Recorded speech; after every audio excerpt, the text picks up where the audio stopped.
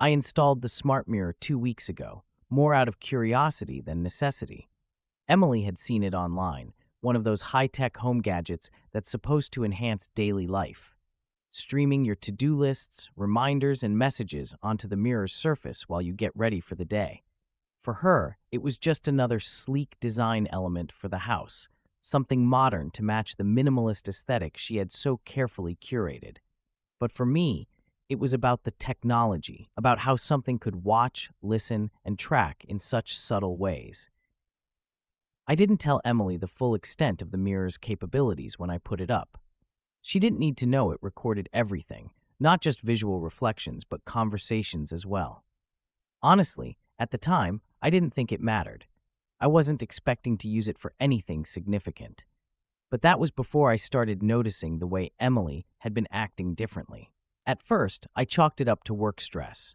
She was an interior designer, constantly juggling high-end clients who demanded perfection. It wasn't unusual for her to stay late at meetings or have design consultations that stretched into the night. But lately, her excuses had become more frequent, more vague. Late meetings turned into entire evenings where she barely texted me. Sometimes, when she did come home, she would go straight to bed without even speaking to me, her phone clutched in her hand like it was more important than acknowledging I was still awake. That's when the suspicion started. Little things I had ignored before suddenly became glaring red flags.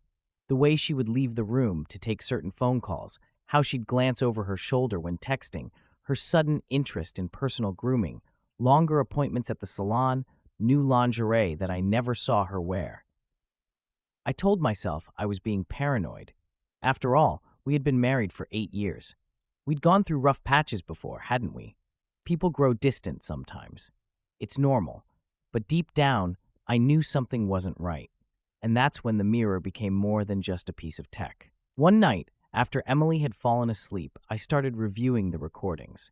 It was past midnight, and I was sitting in my home office, the blue light of my computer casting an eerie glow over the room. I wasn't even sure what I was looking for. Maybe just some reassurance that everything was fine, that I was imagining things. But then I saw it. A clip from earlier that week, when I had been at work and Emily was home alone. In the video, she was standing in front of the mirror, dressed in nothing but a towel, fresh out of the shower. She wasn't getting ready to leave, wasn't doing her makeup or fixing her hair. No, she was standing there, staring at herself, talking, and what she said made my blood run cold.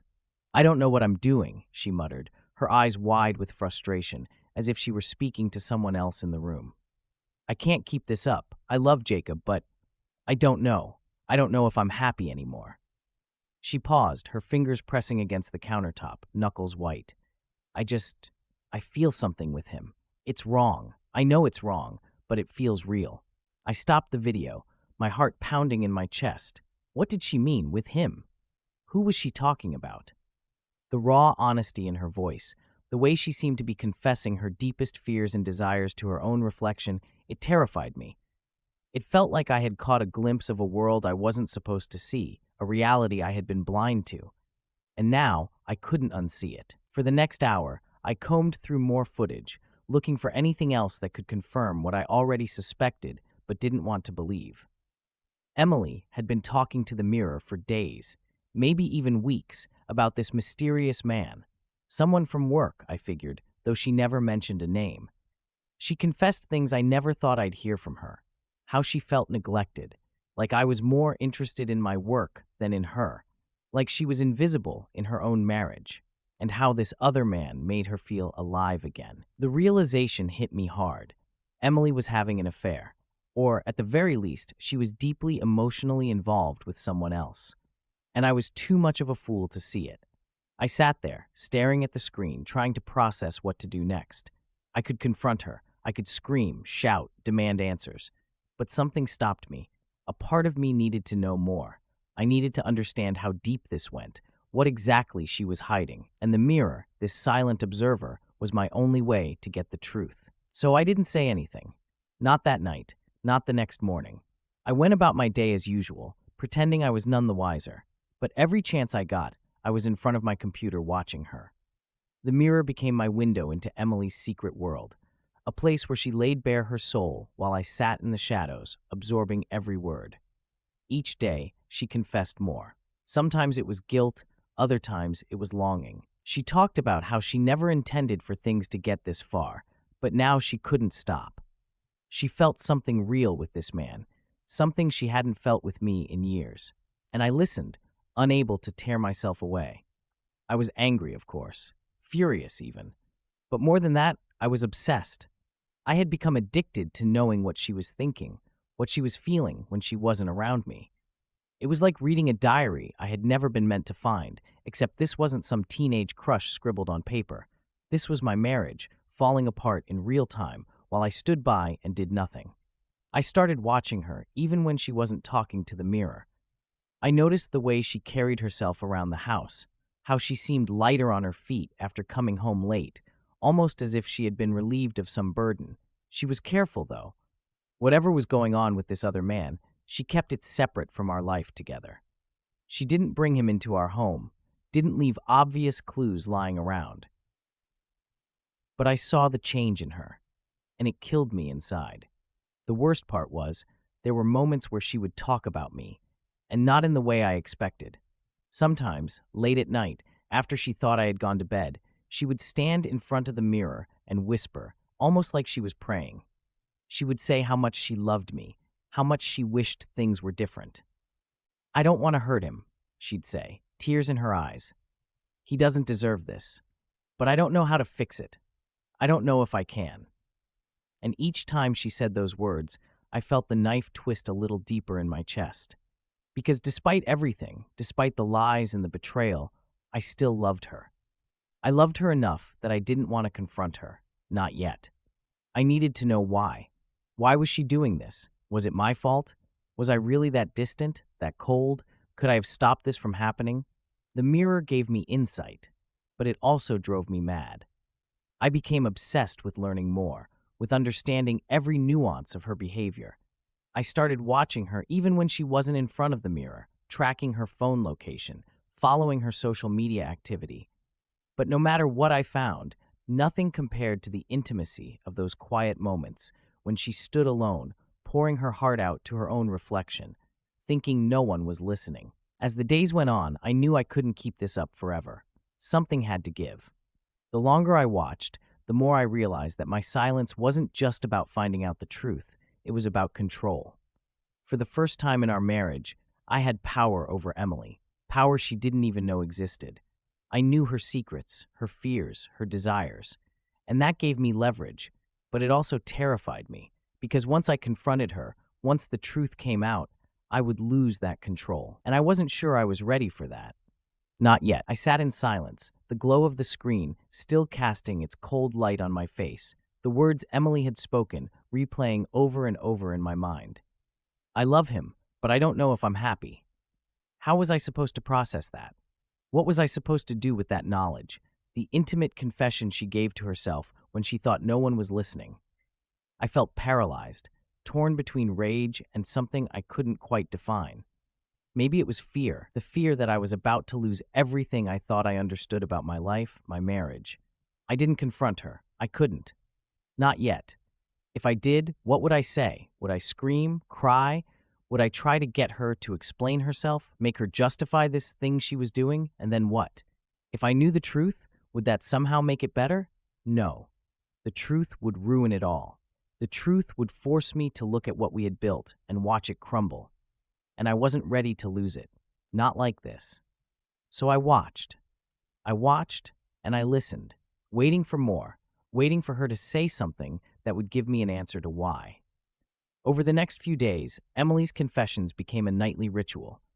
It was as if the mirror was her only confidant, her silent companion in this mess of feelings she couldn't sort through. She never said the name of the man she was involved with, but she didn't need to. The pain in her voice, the guilt that oozed from her every word, told me everything I needed to know. This wasn't just some fling. This wasn't something that had started and ended in a single weak moment. This was ongoing. This was emotional. And worst of all, it was real. Some nights, she seemed almost desperate to rationalize what she was doing. "I didn't mean for it to happen," she said one evening, her face pale under the soft lighting of the room. I don't know how it got this far. I should have stopped it. I should have. Her voice trailed off, and she looked away from the mirror, as if even her own reflection was judging her. But it wasn't like I went looking for it. It just happened. I sat at my desk, listening, my fists clenched. She was rationalizing her betrayal, justifying her actions to herself, and yet I couldn't help but feel a sickening twist of pity. She sounded lost, confused, like she was caught in a web she hadn't meant to spin. But that didn't make it hurt any less. That didn't change the fact that she had betrayed me, had lied to my face every single day while standing in front of that mirror, confessing her sins to herself in secret. I wanted to hate her. I wanted to march into that bedroom and tear into her, demand answers, force her to admit what she had done. But every time I thought about it, every time I imagined that confrontation, I felt nothing but a hollow pit in my stomach. I wasn't ready for the fallout. I wasn't ready to lose her. So instead, I started changing, not big changes, nothing she would notice right away, but subtle things. I started paying more attention when she talked about her day. I would offer to help around the house, something I hadn't done in ages.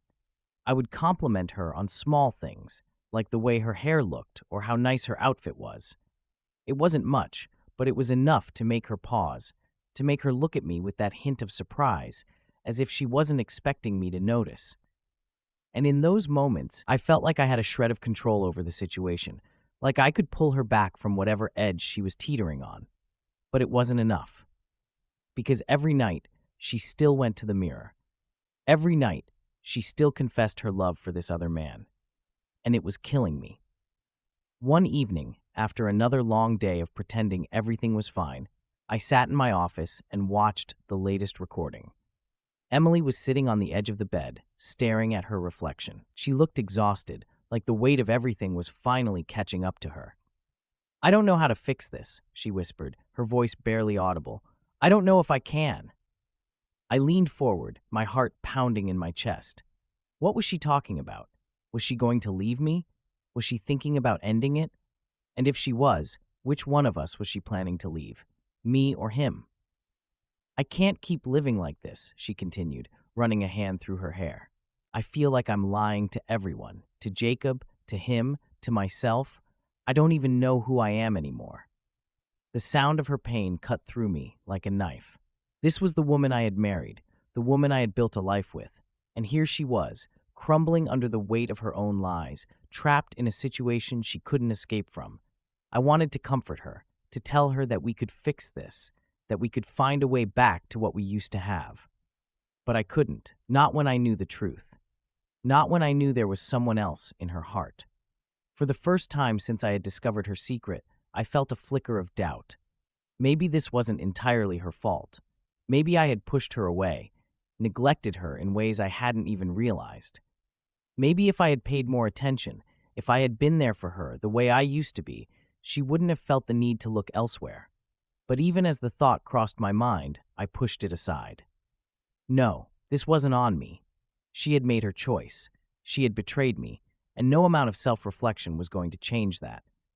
Over the next few days, I kept up the act. I continued to be the attentive, caring husband, hoping that maybe, just maybe, my efforts would be enough to pull her back. But every night, the mirror told me otherwise. Every night, she was still in love with him. And every night, it broke me a little more. It wasn't long before I realized that I couldn't keep doing this. I couldn't keep pretending everything was fine when it wasn't. I couldn't keep watching her pour her heart out to someone else, all while lying to me. Something had to change. One night, after watching yet another heartbreaking confession, I made a decision. I wasn't going to confront her. Not yet, but I was going to find out who this man was. I needed to know the full extent of what I was dealing with. If I could just figure out who he was, maybe I could stop this. Maybe I could find a way to end it before it went any further. So I started digging. I checked her phone when she wasn't looking, went through her messages, her emails, her social media, but there was nothing. She was careful, too careful. She never mentioned his name, never left any trace of their conversations. It was like he didn't exist. But I knew better. He was out there, and he was destroying my life. After weeks of searching, I finally caught a break. One night, while going through her work calendar, I noticed a recurring meeting that I had never seen before. It was listed under a generic title, Client Consultation, but it was scheduled for late evenings, the same time she had been coming home late. My heart raced as I stared at the screen. This had to be it. This had to be him. The next time she had one of these meetings, I was going to follow her. I needed to see it for myself, to confirm what I already knew. It was the only way I could be sure. And then I would decide what to do. The day of the meeting, I acted like everything was normal. I kissed her goodbye in the morning, told her I loved her, and went to work as usual. But the whole time, I was counting down the hours until I could finally see the truth. When she left that evening, I gave her a few minutes head start before following her.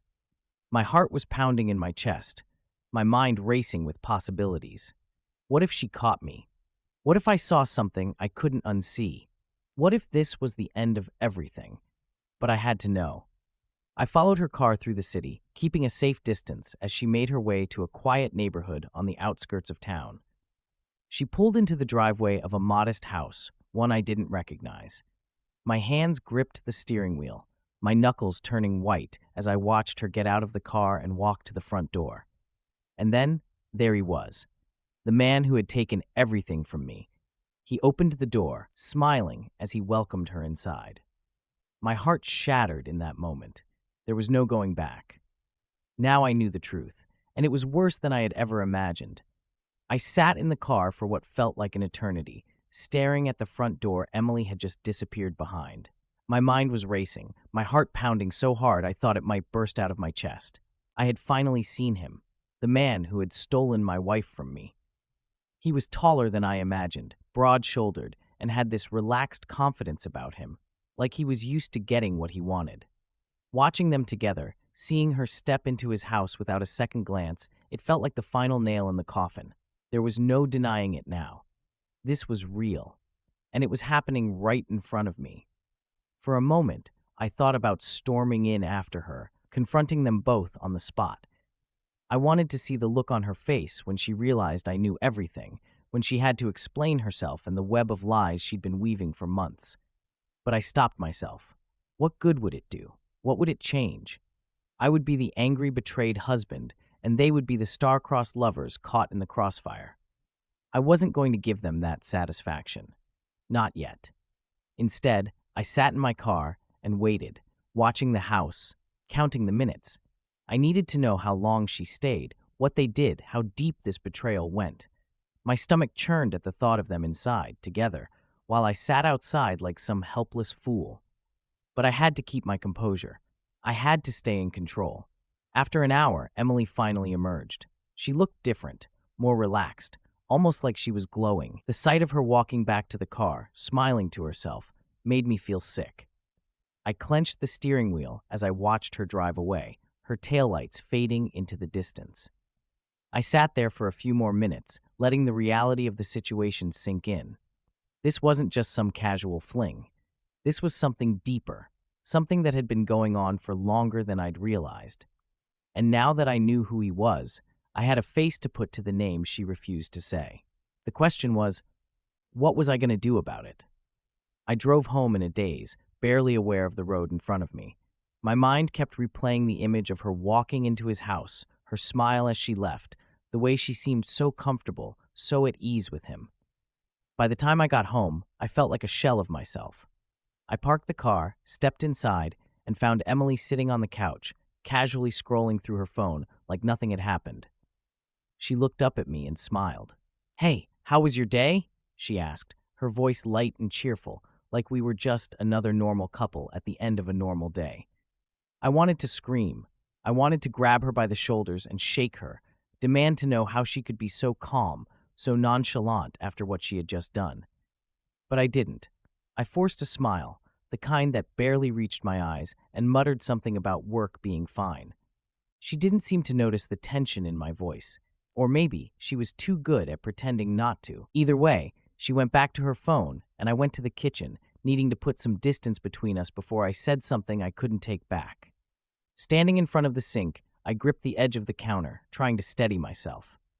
The anger was bubbling up inside me, threatening to spill over. But I knew I couldn't let it. Not yet. I needed a plan. I needed to be smarter about this than just exploding in a fit of rage. That night, after Emily went to bed, I sat in front of the mirror, watching her latest confession on the recording. She was crying this time, her shoulders shaking as she stared at her reflection. "I don't know how much longer I can do this," she whispered. "I hate lying to Jacob. I hate how I'm hurting him. But I don't know what to do. I love him, but I can't stop thinking about." She choked on her words, unable to finish the sentence. I felt my stomach twist. She couldn't even say his name, not even to herself. "I know I need to end it," she continued, wiping her tears. "But every time I'm with him, it feels right. And then I come home, and I see Jacob, and I feel like the worst person in the world." She paused, staring at herself in the mirror. "I don't deserve him. I don't deserve either of them." My mind was reeling. She was trapped, just like I was, trapped between two lives, two men, and the guilt was tearing her apart. But instead of feeling pity, I felt disgust. She was trying to play the victim, acting like she didn't have a choice in any of this, like she was some kind of tragic figure caught in a love triangle she couldn't escape from. But she had a choice. She had always had a choice, and she chose him. I turned off the recording and sat back, staring at the blank screen. I couldn't keep doing this.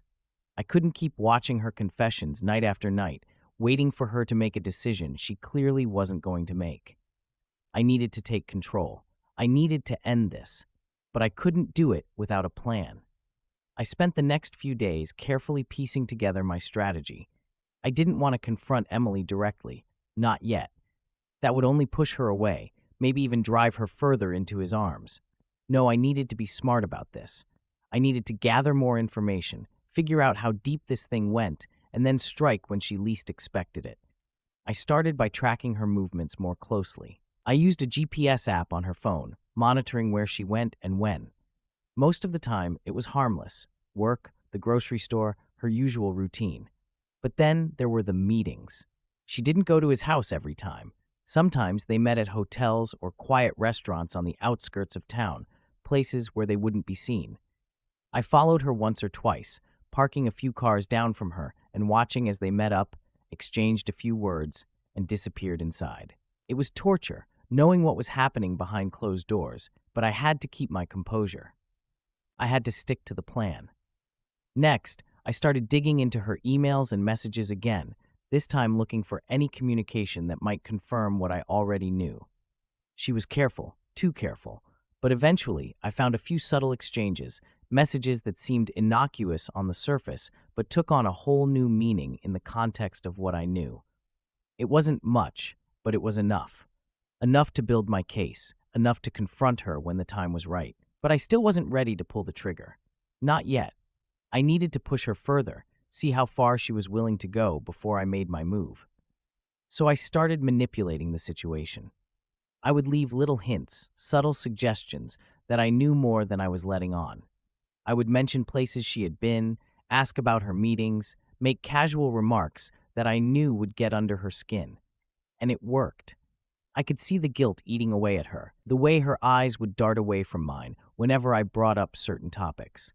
She was on edge, constantly second-guessing herself, wondering if I knew. But she never said anything. She never confessed. She just kept playing her part, pretending like everything was fine, like our life was normal. And all the while, I kept gathering information, building my case, preparing for the moment when I would finally confront her. The more I watched, the more I listened, the clearer it became that this wasn't just some temporary fling. This was something deeper, something that had been going on for far longer than I had realized. And the longer it went on, the more I realized that this wasn't just about her. This was about me, about us, about the life we had built together, and how it was slowly unraveling right in front of me. I had always prided myself on being in control, on being the one who could keep everything together, no matter what. But now, I was losing that control. I was losing her, and I didn't know how to stop it. The breaking point came one night when I followed her to another meeting. This time, they met at a small hotel just outside of town, the kind of place that didn't ask too many questions. I parked a few cars down and watched as she walked inside, my heart pounding in my chest. I knew what was happening. I knew what was going on behind those walls, and yet I couldn't bring myself to walk away. After an hour, they emerged, laughing and holding hands like they didn't have a care in the world. I felt sick to my stomach, my hands gripping the steering wheel so tightly my knuckles turned white. I had seen enough. It was time. That night, I went home and waited for her. When she walked through the door, I could see the guilt all over her face. She tried to hide it, tried to act like everything was fine, but I could see right through her. She had no idea what was coming. And neither did I. I sat in the living room, waiting for her to come home. My leg bounced restlessly as I stared at the front door, listening for the familiar sound of her car pulling into the driveway. Tonight was different.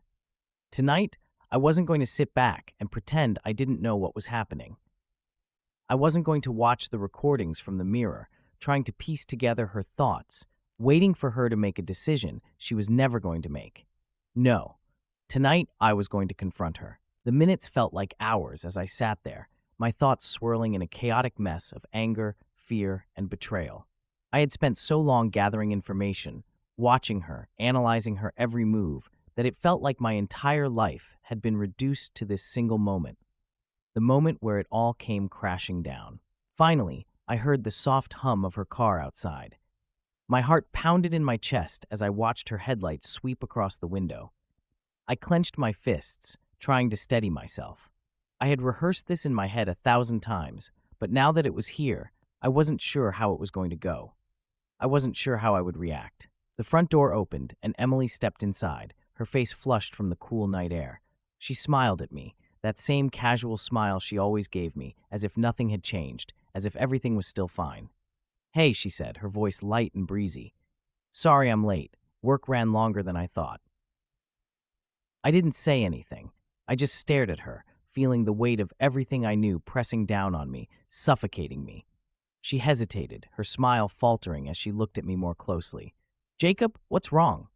For a moment, I couldn't speak. I couldn't bring myself to say the words that had been building inside me for weeks, maybe months. But then, the anger rose up, stronger than the fear, stronger than the doubt, and I stood up. "Don't lie to me, Emily," I said, my voice low but hard. "Not anymore." She blinked, taken aback by the sudden shift in my tone.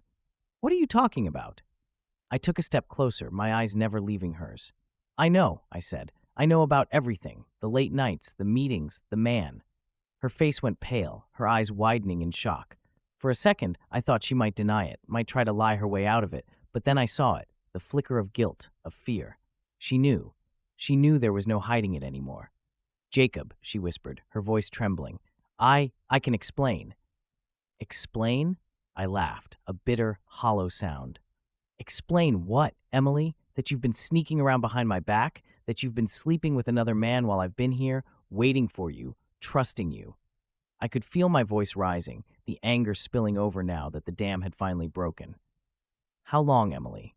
How long has this been going on?" She opened her mouth, but no words came out. She just stood there, staring at me with wide, terrified eyes, like a deer caught in headlights. "It's not what you think," she finally managed to say, her voice barely above a whisper. "It wasn't supposed to happen." I shook my head, feeling a fresh wave of anger surge through me. "It wasn't supposed to happen? That's what you're going with? After everything, after all the lies, that's your excuse?" "I'm sorry," she said, tears welling up in her eyes now. "I never meant for it to get this far. I never wanted to hurt you." I laughed again, though there was no humor in it. "Well, congratulations, Emily. You've done a hell of a job hurting me." I turned away, running a hand through my hair, trying to get a grip on the whirlwind of emotions crashing inside me. "Who is he?" I asked, my voice quieter now, though no less sharp. "I need to know." She hesitated, and for a moment I thought she might refuse to tell me, but then she whispered, "It's someone from work."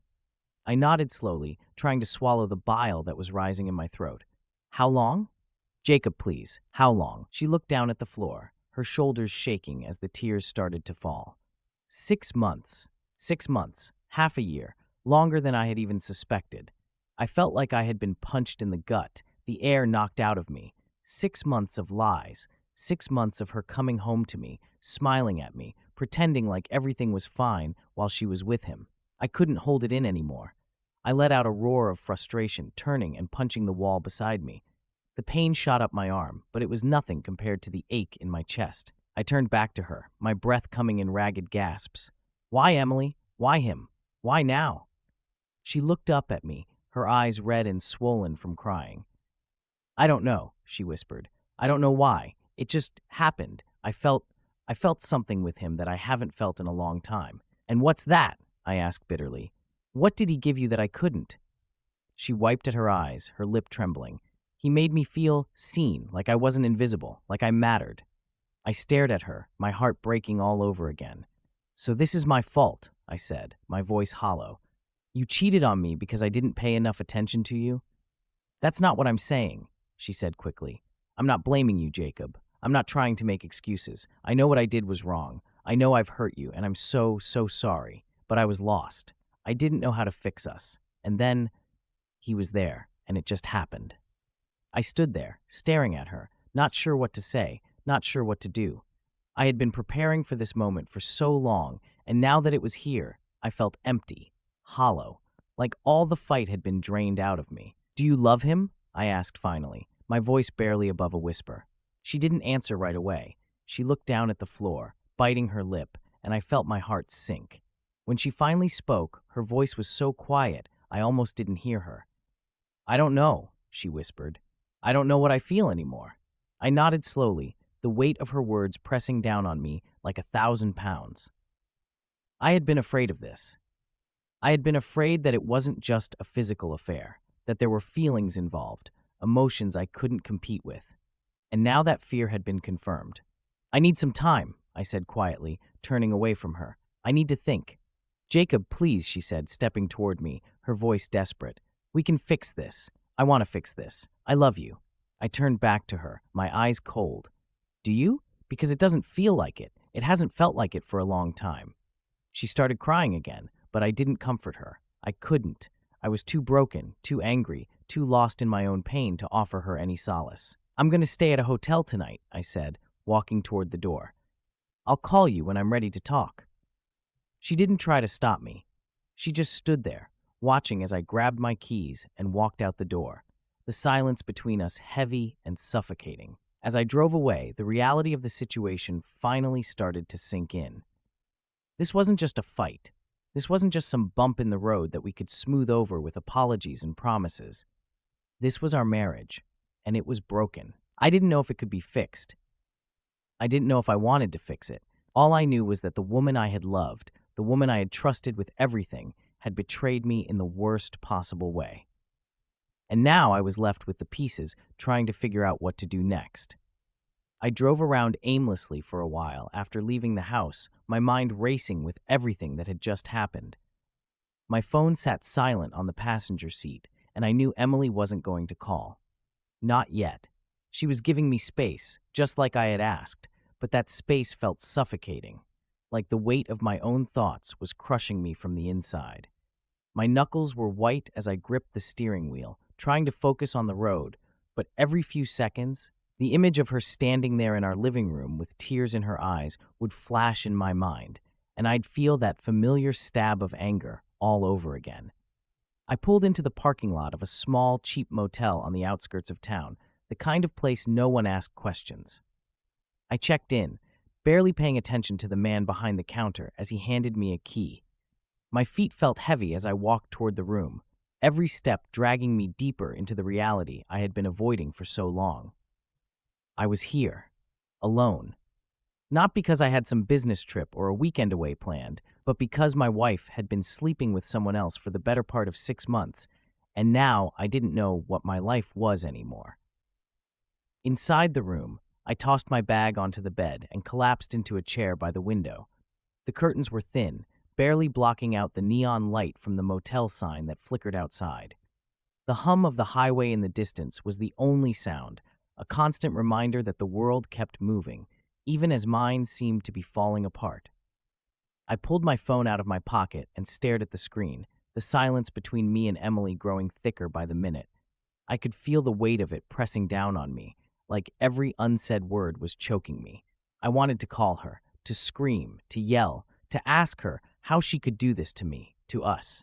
But I knew I wasn't ready. Not yet. The anger was still too raw, too close to the surface, and if I talked to her now, it would only end in more destruction. Instead, I opened the video app on my phone, the one connected to the smart mirror. I hadn't planned on watching the recordings again, but my fingers moved on their own, navigating through the saved files until I found the one I had been avoiding, her confession. The night she had finally admitted to herself that she was in love with someone else.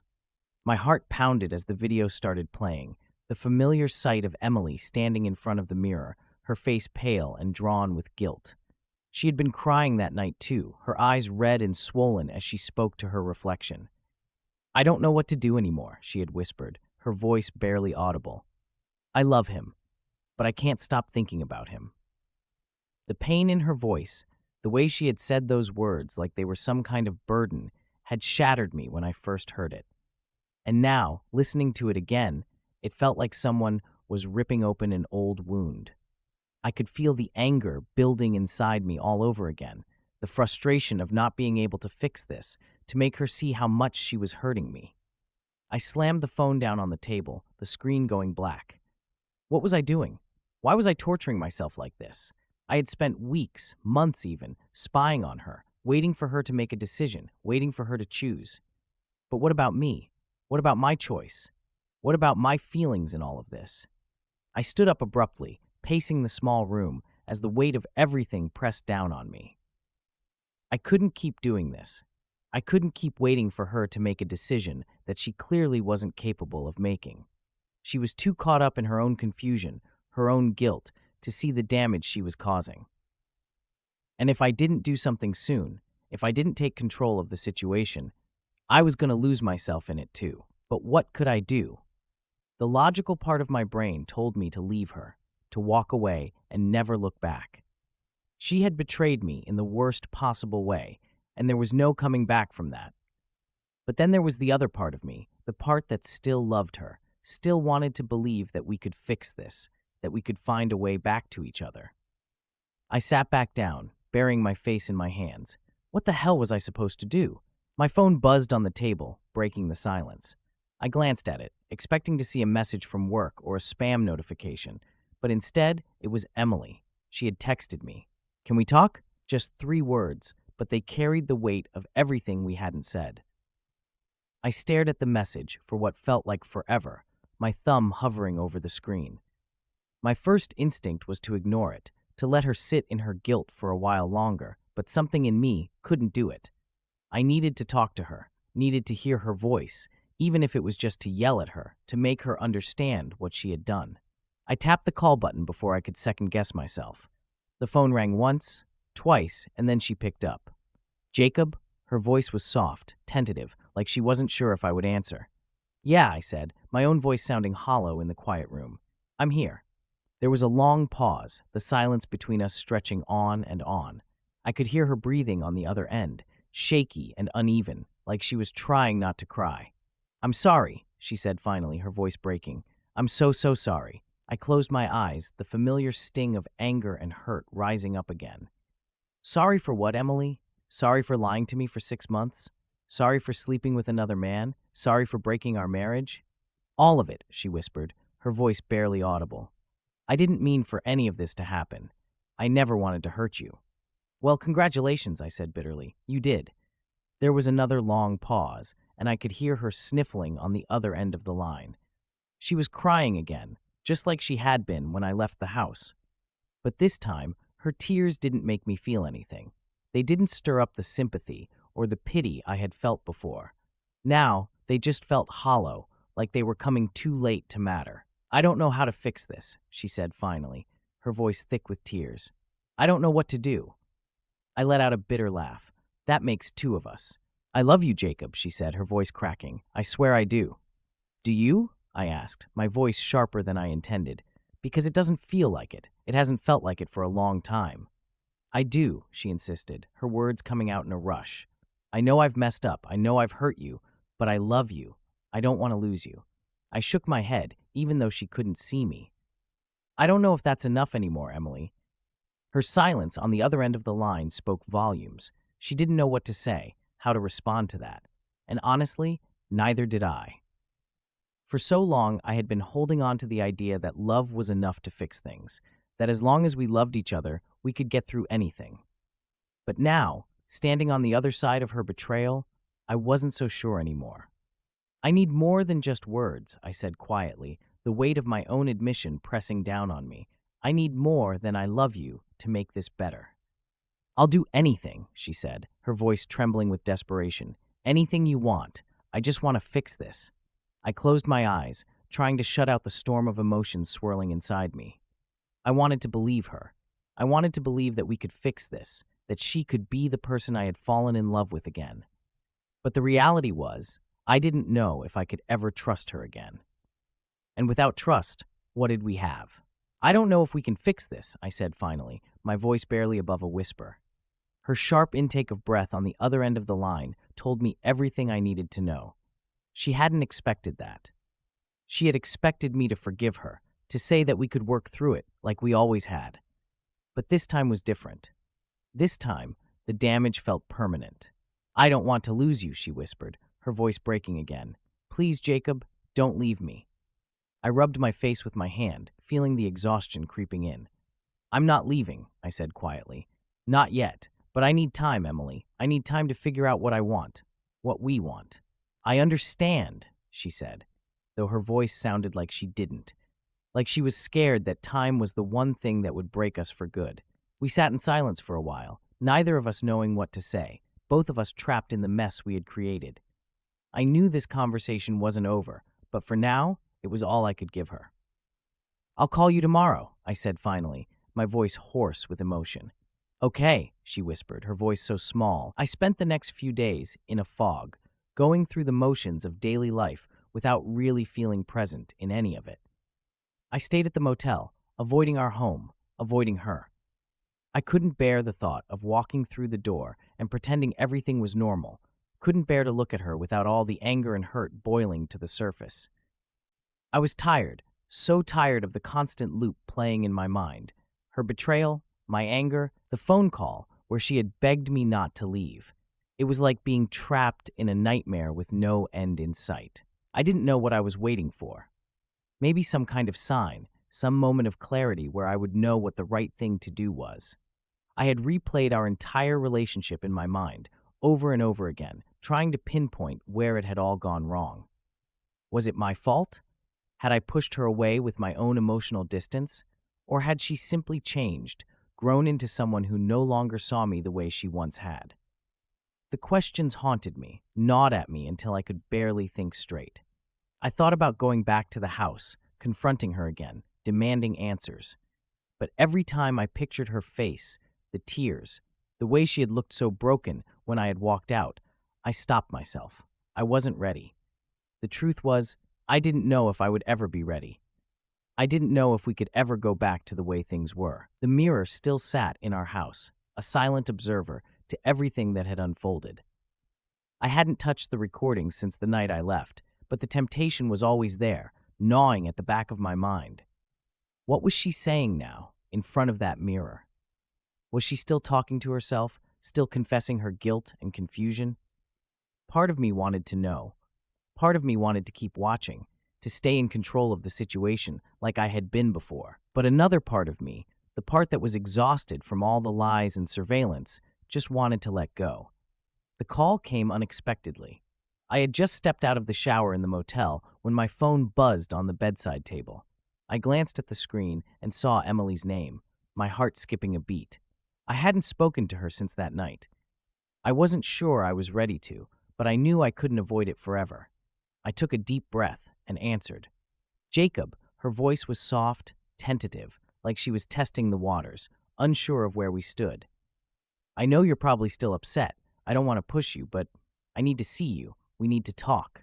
I closed my eyes, the exhaustion weighing down on me. Emily, I don't know if I'm ready for that. I understand, she said quickly, but I think we need to at least try. We can't keep living like this. It's killing me, Jacob. I can't sleep. I can't eat. I don't know how to fix this, but I know we need to talk. There was a long pause as I considered her words. She was right, of course. We couldn't keep avoiding each other, pretending like time would magically heal the gaping wound between us. But that didn't make it any easier to face. "Okay," I said finally, my voice heavy. "Let's talk. I'll come home tonight." The silence on the other end of the line told me how relieved she was, but she didn't push it further. "Thank you," she whispered. "I'll be here." When I hung up, I stared at the phone in my hand for a long time, trying to steady myself. Going home felt like stepping into a battlefield, one where there were no clear winners or losers, only casualties. But I couldn't avoid it forever. I couldn't keep running. That evening, I drove back to the house, my stomach in knots. The familiar sight of our home came into view, but it felt different now, almost foreign. I pulled into the driveway and sat there for a moment, gripping the steering wheel as I tried to gather the strength to go inside. The house felt heavy, like it held all the weight of our broken marriage. Every lie, every unsaid word, every moment I had doubted myself. When I finally walked in, the first thing I noticed was how quiet it was. The air felt thick with tension, like the whole house was holding its breath, waiting for the inevitable confrontation. Emily was sitting on the couch, her hands clasped tightly in her lap, her face pale and drawn. She looked up at me as I stepped inside, her eyes wide and filled with so much emotion that it made my chest tighten. "Hi," she said softly, her voice barely above a whisper. I nodded, not trusting myself to speak. I moved to the armchair across from her, sitting down slowly, the space between us feeling vast and insurmountable. We sat in silence for a long time, the tension between us growing thicker with each passing second. I could see the fear in her eyes, the uncertainty, and I wondered if she saw the same in mine. Finally, she spoke, breaking the silence that had settled over us. "I know I've hurt you," she said, her voice trembling. "I know I've broken your trust, and I don't know if I can ever make that right. But I want to try, Jacob. I want to fix this. I want us to fix this." I looked at her, really looked at her, and for the first time, I saw the depth of her pain, her guilt. It wasn't just about the affair anymore. It was about everything. The distance that had grown between us, the way we had both let our marriage fall apart without even realizing it. "I don't know if we can," I said quietly, the words heavy in the air. "I don't know if I can ever trust you again, Emily." Her face crumpled, tears spilling down her cheeks. "I know," she whispered. "I know I've ruined everything. But I love you, Jacob. I never stopped loving you, even when I was with him. I don't expect you to forgive me right away, but I need you to know that I want to make this right. I'm willing to do whatever it takes." I leaned back in the chair, running a hand through my hair as I tried to make sense of everything. "Why?" I asked, my voice rough. "Why did you do it, Emily? Was it really because you felt invisible? Because I didn't see you?" She nodded, wiping at her tears. "I felt lost," she said, her voice thick with emotion. "I felt like we were drifting apart, like you didn't need me anymore. And then he was there, and he made me feel wanted. I know that's no excuse. I know I should have talked to you, but I didn't know how. I didn't know if you even cared." Her words hit me like a punch to the gut. I had been so focused on my own pain, my own betrayal, that I hadn't considered how she had been feeling all this time. I had pulled away from her too, distanced myself in ways I hadn't even realized, but that didn't change what she had done. "We're both at fault," I said finally, my voice quiet. "I know I haven't been the best husband. I know I've been distant, but you should have talked to me, Emily. You should have come to me, not him." "I know," she whispered, fresh tears spilling down her cheeks. "I regret it every day." We sat in silence for a long time, both of us lost in our own thoughts. The weight of everything that had happened hung over us, a dark cloud that refused to lift. I didn't know if we could fix this. I didn't know if I wanted to. But sitting there, seeing how broken she was, how much she regretted what she had done, I realized that part of me did still love her. Part of me still wanted to try. "I don't know what's going to happen," I said finally, my voice low. "I don't know if we can ever go back to the way things were, but I'm willing to try, if you are." She looked up at me, her eyes wide with hope. "I am," she whispered. "I'll do whatever it takes, Jacob. I just want us to be okay again." I nodded, though I wasn't sure if we ever would be, but for the first time in a long time, I felt a glimmer of hope, a tiny spark of something that told me maybe, just maybe, we could find a way through this. We had a long road ahead of us, and I didn't know where it would lead. But for now, we were both willing to try. And that was enough.